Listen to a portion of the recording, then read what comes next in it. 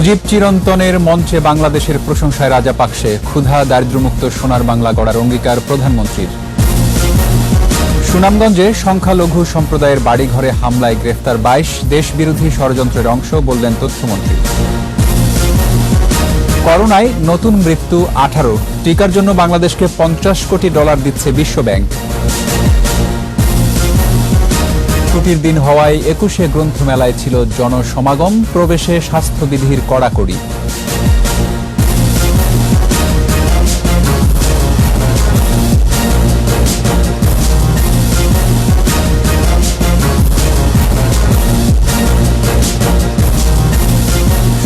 First security ইসলামী bank limited সংবাদ শিরোনাম। আমন্ত্রণ রাত 11টার 21 সংবাদের সাথে আছি রক্তিম ত্রিপুরা। দর্শক, 21 টেলিভিশনের সংবাদ একই সাথে সরাসরি দেখতে পাবেন আমাদের ফেসবুক পেজ www.facebook.com/2124 অনলাইনে।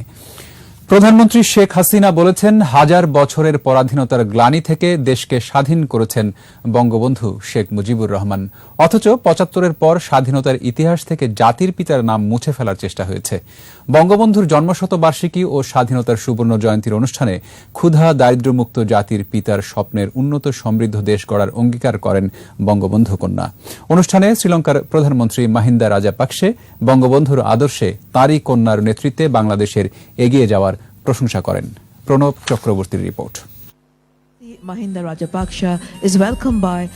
জাতীয় প্যারেড গ্রাউন্ডে বঙ্গবন্ধুর জন্মশতবার্ষিকী ও স্বাধীনতার সুবর্ণ জয়ন্তীর তৃতীয় দিনের অনুষ্ঠানে শ্রীলঙ্কার প্রধানমন্ত্রী মাহিন্দা রাজাপাকসেকে স্বাগত জানান প্রধানমন্ত্রী শেখ হাসিনা।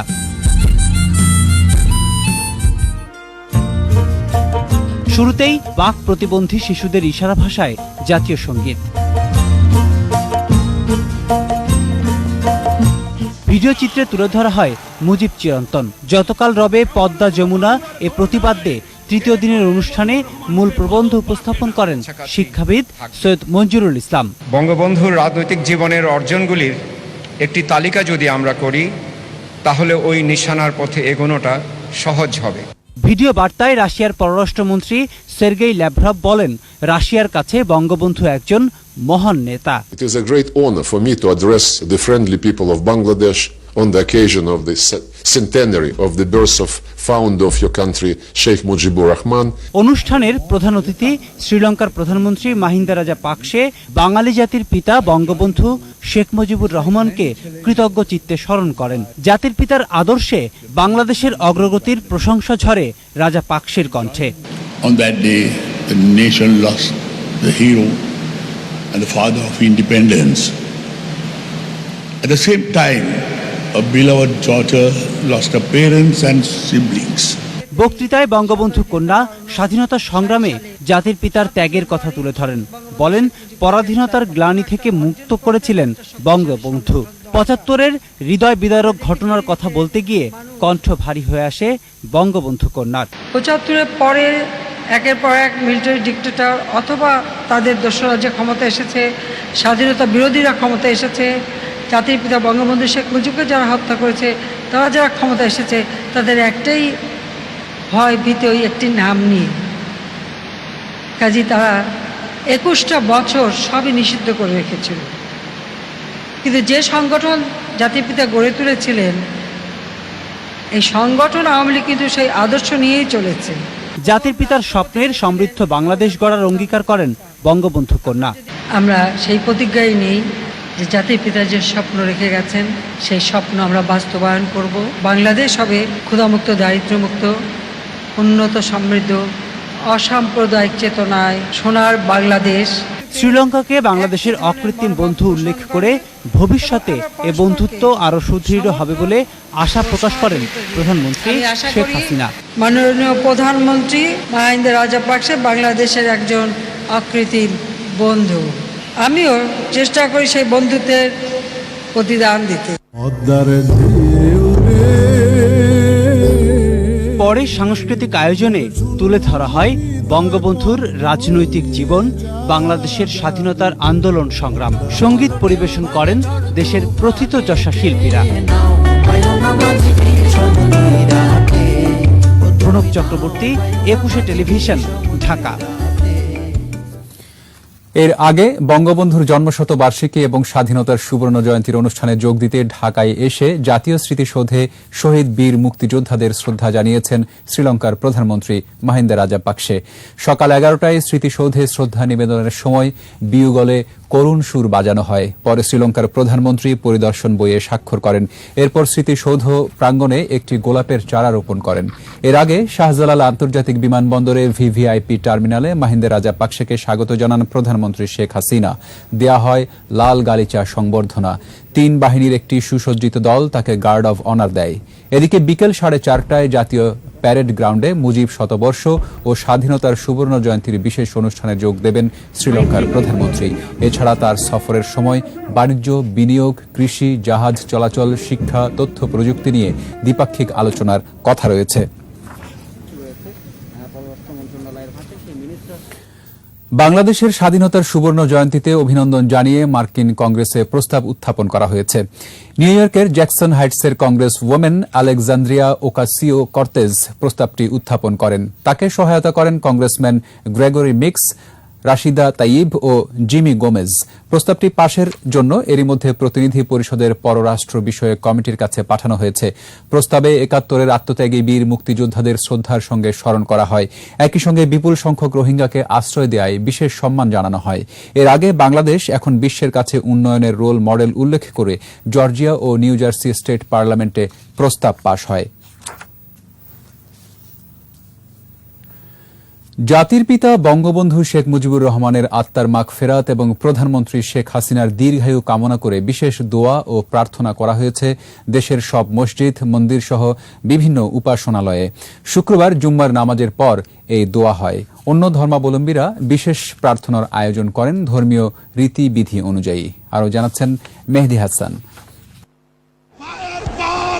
আজ হতে 100 বছর আগে গোপালগঞ্জের টঙ্গিপাড়ায় জন্ম নিয়েছিল যে শিশু, একসময় তিনি হয়ে ওঠেন বাঙালির মুক্তির দিশারি। তিনি জাতির পিতা বঙ্গবন্ধু শেখ মুজিবুর রহমান। এই মহামানবকে জাতি স্মরণ করছে নানা আয়োজনে। রাষ্ট্রীয় স্মরণের পাশাপাশি সব ধর্মের মানুষ তার আত্মার শান্তি কামনা করছে।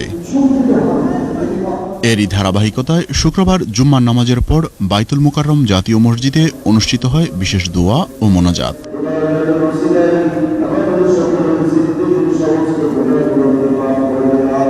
রাজধানীর ঢাকেশ্বরী মন্দিরে অনুষ্ঠিত হয়েছে বিশেষ প্রার্থনা। আমরা আজ ঢাকেশ্বরী মন্দিরে জাতির পিতার এবং তার পরিবারের সকলের পরম আত্মার পরম শান্তি কামনা করে বিশেষ প্রার্থনা করছি। এর আগে গির্জা ও বৌদ্ধ মন্দিরে অনুষ্ঠিত হয় বিশেষ প্রার্থনা। গত 17ই মার্চ আমরা বঙ্গবন্ধুর 101তম জন্মজয়ন্তী পালন করেছি। এখানে সময়গতভাবে প্রার্থনা করেছি বিশ্বশান্তি এবং বঙ্গবন্ধুর পারলৌকিক সদ্গতি কামনায়। সারা দেশের সব মসজিদ এবং উপাসনালয়গুলোতে অনুষ্ঠিত হয়েছে বিশেষ দোয়া ও প্রার্থনা। মেহেদী হাসান, 21 টেলিভিশন, ঢাকা। দেশ বিরোধী ষড়যন্ত্রের অংশ হিসেবে সুনামগঞ্জের শাল্লায় হামলা হয়েছে বলে উল্লেখ করেছেন তথ্যমন্ত্রী ড হাসান মাহমুদ। এদিকে শাল্লায় হেফাজত সমর্থকদের হামলার ঘটনায় 22 জনকে আটক করেছে পুলিশ। ঘটনাস্থল পরিদর্শন শেষে সিলেট রেঞ্জের ডিআইজি জানান, বাকি আসামিদের ধরতে অভিযান চলছে। সুনামগঞ্জ প্রতিনিধিকে সঙ্গে নিয়ে দীপু শিকদারের রিপোর্ট। সুনামগঞ্জে গত 17ই মার্চ সংখ্যালঘুদের বাড়িতে হামলা, ভাঙচুর ও লুটপাট চালায় হেফাজত ইসলাম নেতা মামুনুল হকের সমর্থকরা। এ ঘটনায় দেশজুড়ে সমালোচনার ঝড় ওঠে। ঢাকায় প্রয়াত রাষ্ট্রপতি জিল্লুর রহমানের মৃত্যুবার্ষিকী উপলক্ষে আয়োজিত এক আলোচনায় তথ্যমন্ত্রী বলেন, সরকারকে বেকায়দায় ফেলার জন্য এই ঘটনা ঘটানো হয়েছে। দেশে যখন বিদেশি মেহমানরা আসছে, তখন এই পরিস্থিতিকে অস্থিতিশীল করার জন্য, বাংলাদেশের যে শান্তি স্থিতি আছে সেটার উপর কালিমা লেপন করার জন্য, সরকারকে বেকায়দায় ফেলার জন্য পরিকল্পিতভাবে শাল্লায় এই ঘটনা ঘটানো হয়েছে। শুক্রবার দুপুরে ঘটনাস্থল পরিদর্শন করেন সিলেট বিভাগের কমিশনার এবং পুলিশের ডিআইজি। হামলার সঙ্গে জড়িতদের খুঁজে বের করা হবে বলে জানান তারা। মামলায় ইতিমধ্যে 22 জন গ্রেফতার করা হয়েছে। এই পুলিশ, এই প্রশাসন আবারও প্রমাণ করলো বাংলাদেশে যে কোনো মূল্যে আমরা সাম্প্রদায়িক সম্প্রীতি বজায় রাখবো। জাতির পিতার জন্মদিনে এই ঘটনাটি ঘটিয়েছে। সুতরাং এদের পরিচয় কি, এরা কারা, এটা আমাদেরকে নতুন করে আসলে ভাবতে হবে। আমাদের সকলকে সেই বিষয়টি আবার নতুন করে ভাবতে হবে এবং আমাদের আসল শত্রু কারা সেটি চিহ্নিত করে আমরা সেভাবে আমাদের ব্যবস্থা নিতে হবে। এরপর ক্ষতিগ্রস্তদের মধ্যে প্রধানমন্ত্রীর পক্ষ থেকে সহায়তা প্রদান করা হয়। এদিকে হামলার প্রতিবাদে বিক্ষোভ সমাবেশ হয়েছে নেত্রকোনা এবং নাটোরে। দীপু শিকদার, 21 টেলিভিশন, ঢাকা। দেশে সাম্প্রদায়িক সম্প্রীতি যারা নষ্ট করে তারা বিএনপির সহযোগী, এমন মন্তব্য করেছেন আওয়ামী লীগ সাধারণ সম্পাদক ওবায়দুল কাদের। সরকারি বাসভবনের নিয়মিত ব্রিফিংয়ে তিনি এসব কথা বলেন। বিএনপি নেতারা উদ্দেশ্যমূলকভাবে আওয়ামী লীগের উপর দৌড় চাপিয়ে প্রকৃত অপরাধীদের আড়াল করতে চাইছে কিনা তা খতিয়ে দেখা দরকার।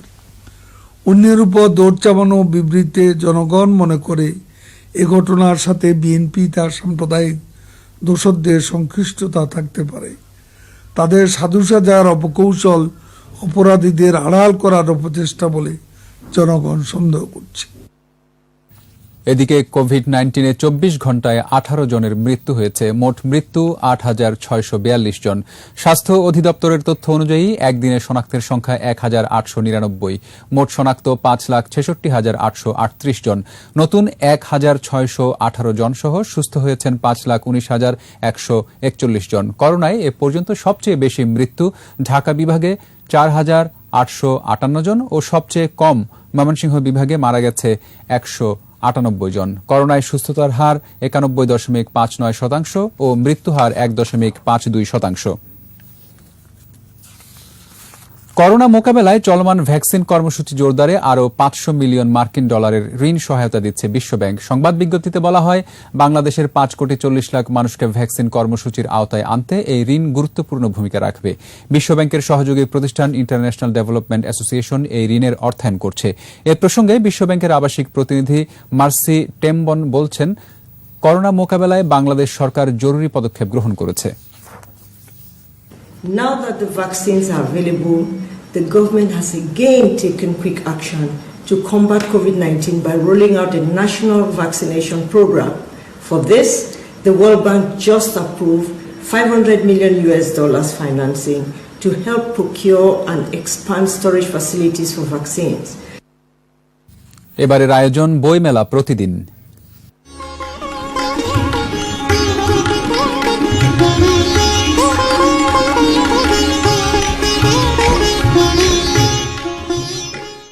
অমর একুশে গ্রন্থমেলার দ্বিতীয় দিন শুক্রবার হওয়ায় বিকেলে মেলা প্রাঙ্গণে পাঠক সমাগম ছিল চোখে পড়ার মতো। মেলায় 3টি প্রবেশ দ্বারের প্রতিটিতেই মাস্ক পরা সহ স্বাস্থ্যবিধি কঠোরভাবে মানা হচ্ছে।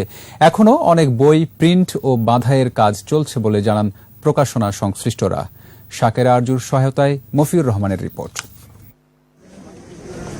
পাঠক দর্শনার্থীরা সারিবদ্ধভাবে তল্লাশি চৌকি পার হয়ে ঢুকছেন অমর একুশে গ্রন্থমেলায়। কঠোরভাবে মানা হচ্ছে স্বাস্থ্যবিধি, মাপা হচ্ছে তাপমাত্রা, নিশ্চিত করা হচ্ছে মাস্ক পরা। প্রতিটি প্রবেশপথে রয়েছে হ্যান্ড স্যানিটাইজার। বেলা গড়ে যাওয়ার পরপরই বাড়ে লোক সমাগম। প্রাণের মেলায় ঢুকেই বইপ্রেমীরা খুঁজছেন পছন্দের বই। পাঠকরা বলছেন, করোনা মহামারীতে স্বাস্থ্যবিধি মেনেই তারা মেলায় এসেছেন। মেলার ভিতরে দেখলাম যে মাস্কের ব্যবহারটা সবাই করতেছে, এটা ভালো লাগে যে বিভিন্ন গল্পের বই, শিশুদের যে বইগুলো আছে। অলরেডি আমরা 4-5টা বই কিনেছি, আরো বই কিনব। মেলায় আসা বেশ কিছু গল্প, উপন্যাস, প্রবন্ধে স্থান পেয়েছে বঙ্গবন্ধু, বাংলাদেশ ও স্বাধীনতা। আর কিছুদিনের মধ্যে সব বই প্রিন্ট ও বাঁধাই শেষ হয়ে স্টলে শোভা পাবে বলে জানান প্রকাশকরা। আশাবাদী মেলার বেচাকেনা নিয়েও। প্রকাশক জগতে একটা সুখকর ব্যাপার হচ্ছে যে বাঙালির প্রাণের মেলা বা অমর একুশে গ্রন্থ মেলাটি হচ্ছে। সকালের দিকে একটু পাঠকরা কম ছিল, বেলা বাড়ার সাথে সাথে আপনারা দেখতে পাচ্ছেন অনেক পাঠকের সমাগম হয়েছে। এবার আপনার আগামীকাল বা পরশুর মধ্যে মোটামুটি সব বই চলে আসবে। এবার নিরাপত্তার কারণে ছোটদের জন্য বিশেষ আয়োজন, শিশু প্রহর নেই, তাই সিসিমপুরে আনন্দে মেতে উঠতে পারেনি শিশুরা। আমার আসলে উপন্যাস ভিত্তিক বই পছন্দ আর কি, সায়েন্স ফিকশন টাইপের, তারপর হলো গোয়েন্দা এগুলা টাইপের। আমার আসলে মূলত গোয়েন্দা সমগ্র পছন্দ, রকিব হাসানের। আর কৌতুক ধাঁধা এগুলো তো অলওয়েজ ইন্টারেস্ট থাকেই। শিশুরা এসেছে বাবা মায়ের হাত ধরে, অভিভাবকরা বলছেন বইয়ের সঙ্গে পরিচয় করিয়ে দেওয়ার জন্যই সন্তানদের মেলায় এনেছেন তারা। ভার্চুয়াল ভাইরাস মুক্ত করে আমরা যাতে সেই আসক্তি থেকে আমরা বইয়ের প্রতি আগ্রহী করতে পারি। এদিন মেলায় এসেছে ৫৫টি নতুন বই। মফিউর রহমান, একুশে টেলিভিশন, ঢাকা। নিচ্ছি প্রিমিয়ার ব্যাংক লিমিটেড সংবাদ বিরতি। নো মাস্ক নো সার্ভিস বিধি মেনে চলুন, সুস্থ থাকুন। যখন ফিরছি তখন অন্যান্য খবরের সঙ্গে আরও থাকছে। ব্যারিস্টার মওদুদের প্রতি বিভিন্ন শ্রেণী পেশার মানুষের শ্রদ্ধা, গ্রামের বাড়িতে দাফন। গাইবান্ধার সুন্দরগঞ্জে খেলতে গিয়ে মাটি চাপা, একই পরিবারের ৩ শিশুর মৃত্যু। আমন্ত্রণ আবারও রাত 11টার 21 সংবাদে। বিএনপির স্থায়ী কমিটির সদস্য সাবেক মন্ত্রী ব্যারিস্টার মওদুদ আহমেদের প্রতি শেষ শ্রদ্ধা জানিয়েছে সর্বস্তরের মানুষ। কেন্দ্রীয় শহীদ মিনারে শ্রদ্ধা নিবেদন শেষে প্রথম দফায় জানাজা হয় তার দীর্ঘদিনের কর্মস্থল সুপ্রিম কোর্ট প্রাঙ্গণে। এরপর বিএনপির কেন্দ্রীয় কার্যালয়ে দ্বিতীয় জানাজায় অংশ নেন দলের নেতাকর্মীরা। এ সময় বিএনপির নেতারা বলেন, মওদুদ আহমদ বিভিন্ন সময় সরকারের গুরুত্বপূর্ণ মন্ত্রী থেকে দেশ ও জনগণের কল্যাণে অবদান রেখেছেন। এদিকে নোয়াখালীতে আরও 2 দফা জানাজা শেষে বাবা মায়ের কবরের পাশে দাফন করা হয় এই রাজনীতিককে। বিস্তারিত জানাচ্ছেন সাইদুল ইসলাম। কেন্দ্রীয় শহীদ মিনারে সর্বস্তরের মানুষের শ্রদ্ধা নিবেদনের জন্য আনা হয় বিএনপি নেতা ব্যারিস্টার মওদুদ আহমদকে। বিএনপি সহ বিভিন্ন রাজনৈতিক দল, সামাজিক সংগঠন সহ সর্বস্তরের মানুষ শেষ শ্রদ্ধা নিবেদন এই রাজনীতিকের প্রতি। শ্রদ্ধা নিবেদন শেষে রাজনীতিতে মওদুদ আহমদের অবদান তুলে ধরেন বিশিষ্টজনেরা। রাজনীতি যেটা পরিশীলিত ব্যাপার থাকা উচিত, উনি তার একজন প্রতিনিধি ছিলেন। আমি মনে করি আজকে যেহেতু আমাদের মিলনের একটা শেষ প্রতীক, সর্বদলীয় সবাই মিলেই তাকে শেষ শ্রদ্ধা জানানো। তার একটুও জায়গা হলো না জানাজার জন্য পার্লামেন্টের প্লাজায়, এটা একটা দুঃখ রয়ে গেল। শহীদ মিনার থেকে মওদুদ আহমেদের মরদেহ আনা হয় তার দীর্ঘদিনের কর্মস্থল সুপ্রিম কোর্ট প্রাঙ্গণে।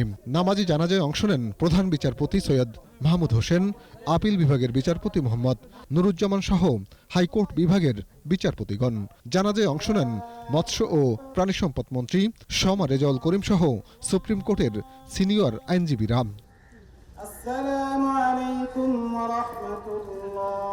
মওদুদ আহমেদের চলে যাওয়া আইন ও রাজনৈতিক অঙ্গনে শূন্যতা বলেই মনে করেন আদালত অঙ্গনের মানুষেরা। বাংলাদেশ একজন ভালো আইনজীবী এবং ভালো রাজনীতিবিদকে হারালো। আমার বক্তৃতা থাকবে না, আমার লেখা থাকবে। সেই জায়গায় একজন বুদ্ধিমত্তা সম্পন্ন লেখক হিসাবেও তিনি সম্মানের জায়গায় রয়েছেন। 37টা মামলা নিয়ে উনি আজকে কবরে যাচ্ছেন, এটা জাতির জন্য সংকট পায়।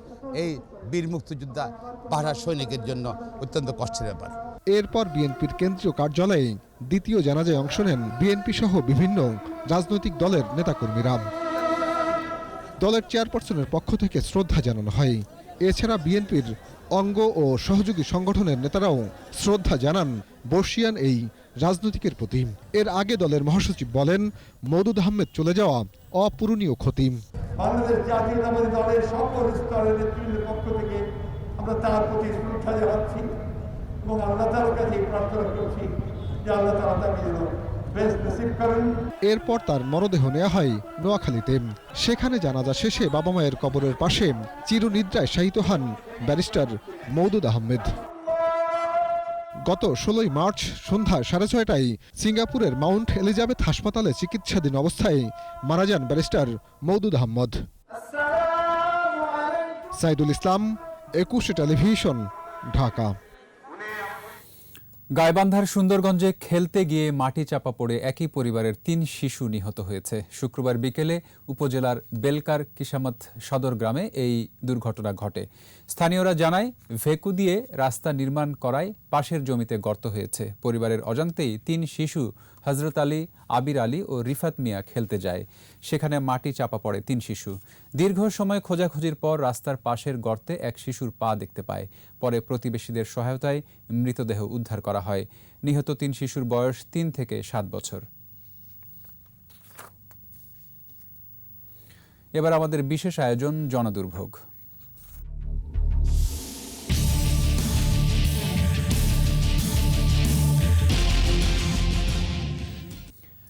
রাস্তা ১৫০ ফুটের, ভাড়া দিয়ে খাচ্ছে প্রভাবশালী চক্র, বসেছে রকমারি পণ্যের বাজার, অথচ দিনে রাতে যানজটের নাকাল হাজারো মানুষ।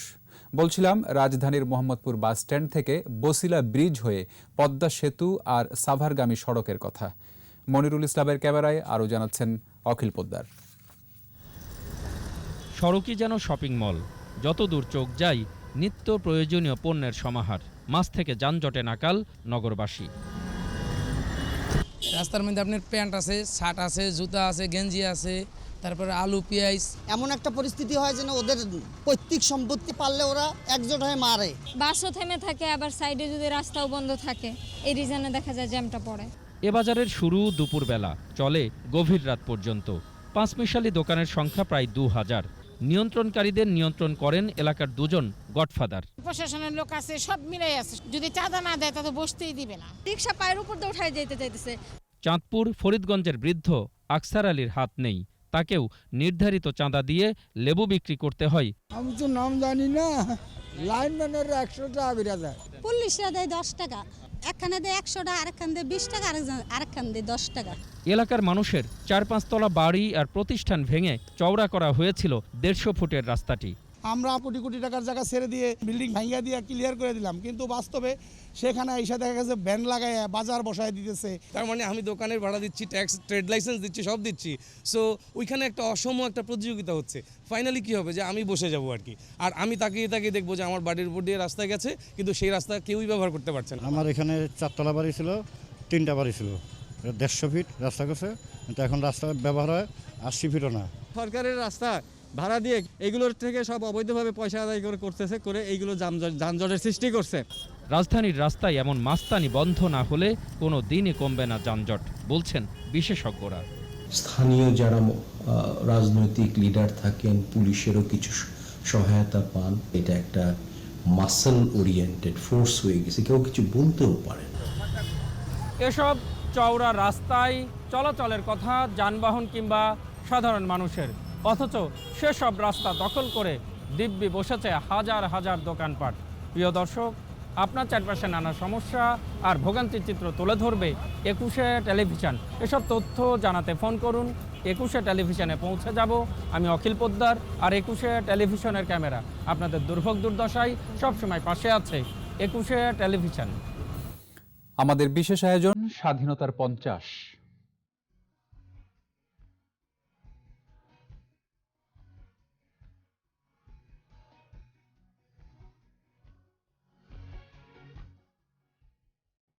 স্বাধীনতার ৫০ বছরে বিদ্যুৎ ও জ্বালানি খাতের ব্যাপক উন্নয়ন ঘটে গেছে। মূলত জাতির পিতার দেখানো পথেই এই উন্নয়ন।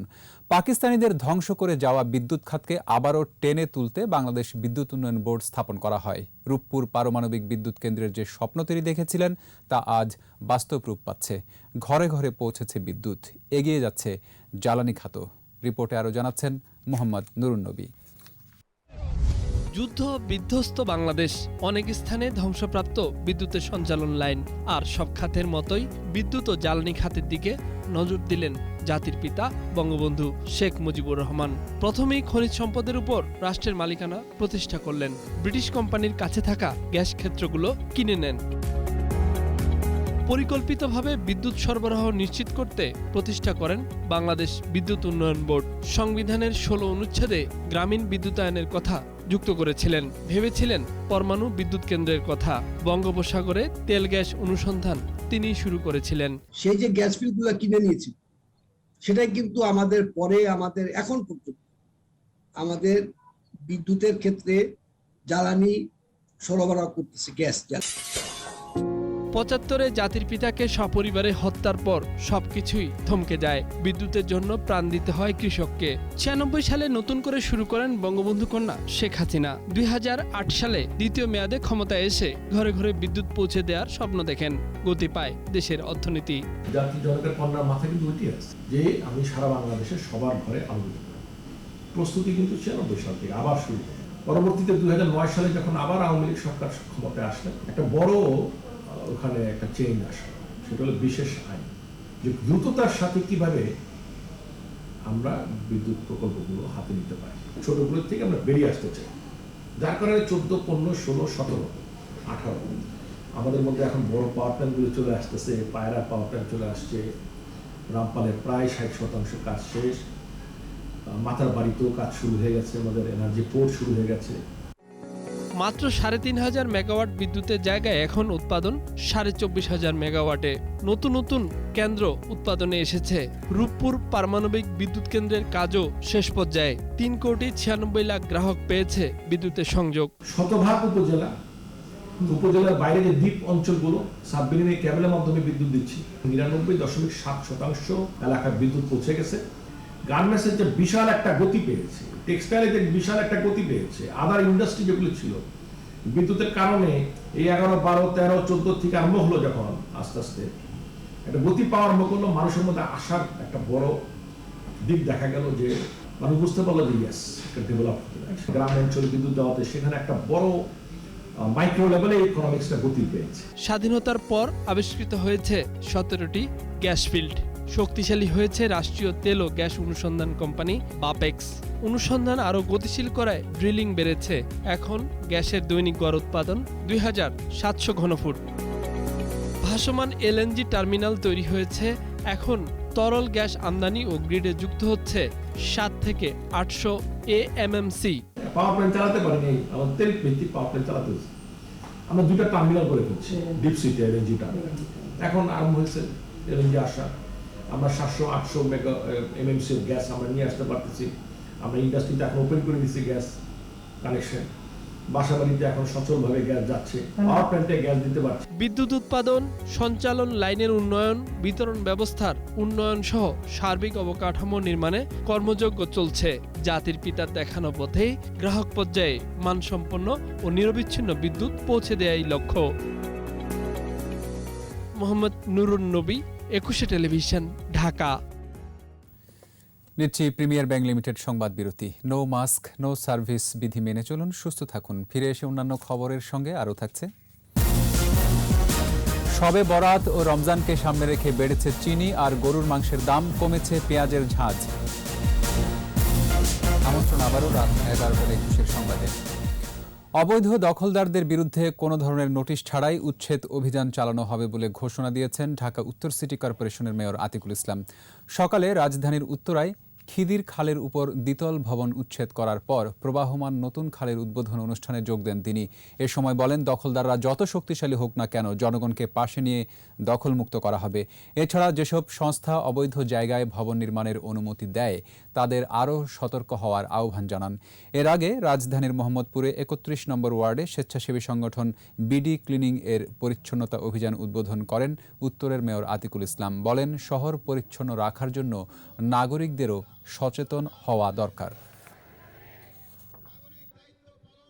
যারা অবৈধভাবে দখল করে রেখেছে তাদেরকে কোনো ধরনের বৈধ নোটিশ দেওয়া যাবে না, তাদেরকে আমি ভেঙে ফেলবো। রাজুক কিভাবে এটি পারমিশন দিল, আর গোল্ডেন মনিরই হোক আর XYZ যেই হোক না কেন, তদন্ত প্রমাণিত হয় যে কাউন্সিলর এই জায়গা দখল করেছে, তাহলে অবশ্যই সেই কাউন্সিলরশিপও কিন্তু বাতিল হয়ে যাবে। এবার ব্যবসা বাণিজ্যের খবর।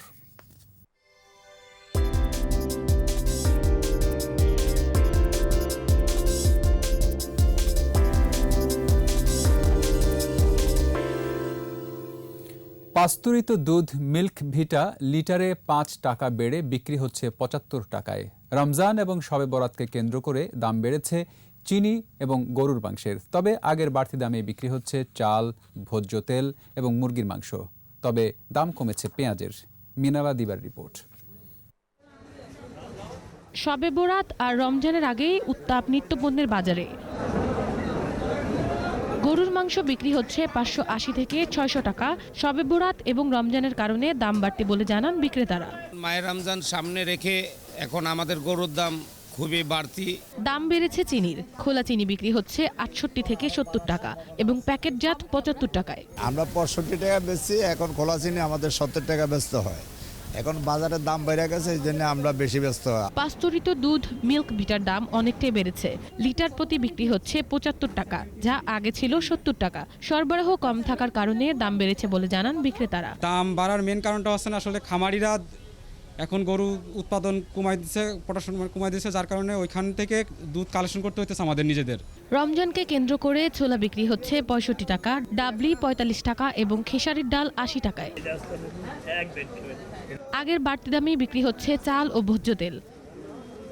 মিনিকেট তো 62-63 টাকা চলতেছে কেজি। না যে সেল কোয়ালিটি আছে, কোয়ালিটির মধ্যে ধরেন 56, 58, 68 টাকা পর্যন্ত আছে। 130 টাকা বেচতেছি 1 লিটার। আর আপনার গায়ে রেট আছে 135। দেখা গেছে যারা মহল্লায় বিক্রি করে ওরা গায়ে রেটে বেচে আর কি। মুরগির দাম আগের মতোই বাড়তি, নদীর মাছের দাম গড়ে 50 টাকার মতো বৃদ্ধি পেয়েছে। বাইং মাছ গত সপ্তাহে বিক্রি করছি 450 টাকা, এই সপ্তাহে বিক্রি করতে 500 টাকা। কাইকা মাছ 450 টাকা গত সপ্তাহে বিক্রি করছি, এই সপ্তাহে 500 টাকা, কেইতে 50 টাকা বেশি। তবে ক্রেতার স্বস্তি সবজির বাজারে। সপ্তাহের ব্যবধানে পেঁয়াজের দাম প্রতি কেজি 15 টাকা কমে 35 টাকায় বিক্রি হচ্ছে। মিনালা দীপা, 21 টেলিভিশন, ঢাকা। আর এরই সাথে শেষ করছি রাত 11টার 21 সংবাদ। যাবার আগে ফার্স্ট সিকিউরিটি ইসলামী ব্যাংক লিমিটেড সংবাদ শিরোনামগুলো আরও একবার। মুজিব চিরন্তনের মঞ্চে বাংলাদেশের প্রশংসায় রাজাপাকসে, ক্ষুধা দারিদ্র্যমুক্ত সোনার বাংলা গড়ার অঙ্গীকার প্রধানমন্ত্রীর। সুনামগঞ্জে সংখ্যালঘু সম্প্রদায়ের বাড়ি ঘরে হামলায় গ্রেফতার 22, দেশবিরোধী ষড়যন্ত্রের অংশ বললেন তথ্যমন্ত্রী। করোনায় নতুন মৃত্যু 18, টিকার জন্য বাংলাদেশকে $50 কোটি দিচ্ছে বিশ্বব্যাংক।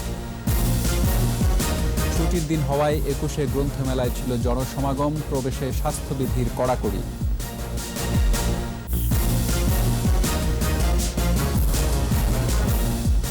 সর্বশেষ খবর জানতে ডায়াল করুন 2021 নম্বরে আর ভিজিট করুন 21-tv.com ওয়েবসাইটে। এছাড়া ফেসবুকে লগ ইন করতে পারেন facebook.com/2124 অনলাইন।